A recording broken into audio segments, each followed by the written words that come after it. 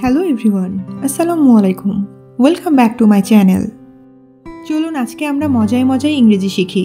আমরা দৈনন্দিন জীবনে অনেক বেশি ভোকাবুলারি বা ওয়ার্ডস ব্যবহার করে থাকি, কিন্তু আমরা নিজেরাও জানি না যে কিছু কিছু কমন ভোকাবুলারির সাথে যদি আমরা এস যোগ করি তাহলে আরও একটা নতুন ভোকাবুলারি কিন্তু আমরা শিখতে পারি। তো চলুন আজকের ভিডিওতে আমি এরকম কিছু ইন্টারেস্ট ভোকাবুলারি শেখাবো। তো একটা ওয়ার্ড যদি আমরা শিখি তার সাথে এস যোগ করে আরও একটা শব্দ আমরা শিখতে পারবো। তো চলুন ক্লাসটি শুরু করা যাক। আমরা সবাই জানি টাইম মানে সময়, কিন্তু আমরা এটা কি জানি যে টাইমস মানে কি? ইয়েস, টাইমস মানে বারবার। গুড মানে ভালো, সেটা কিন্তু আমরা সবাই জানি, কিন্তু গুডের সাথে এস যোগ করলে অর্থ পাল্টে যায়। গুডস মানে পণ্য। নিউ মানে নতুন, নিউ এর সাথে এস যোগ করলে নিউজ হয়। নিউজ অর্থ খবর। ম্যানার অর্থ পদ্ধতি, তার সাথে এস যোগ করলে ভিন্ন অর্থ প্রকাশ পায়। ম্যানার্স অর্থ আচার আচরণ।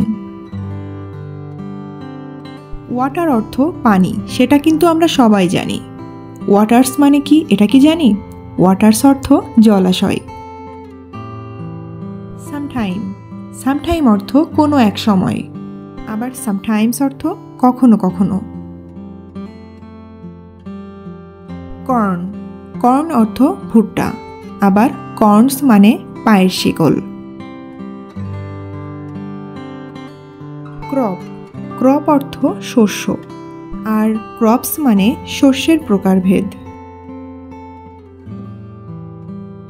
আয়রন মানে লোহা, আর আয়রনস মানে লোহার শিকল।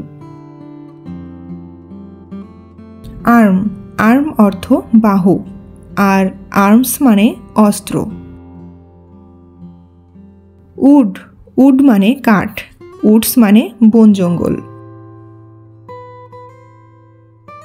কালার, কালার মানে রং। কালার্স মানে পতাকা। রিটার্ন, রিটার্ন অর্থাৎ ফেরত দেওয়া। রিটার্নস মানে বিবরণী।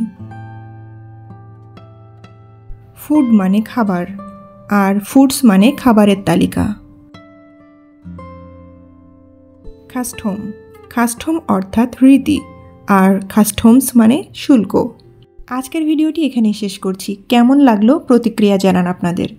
Thanks for watching and like this video. Please subscribe my channel for more videos.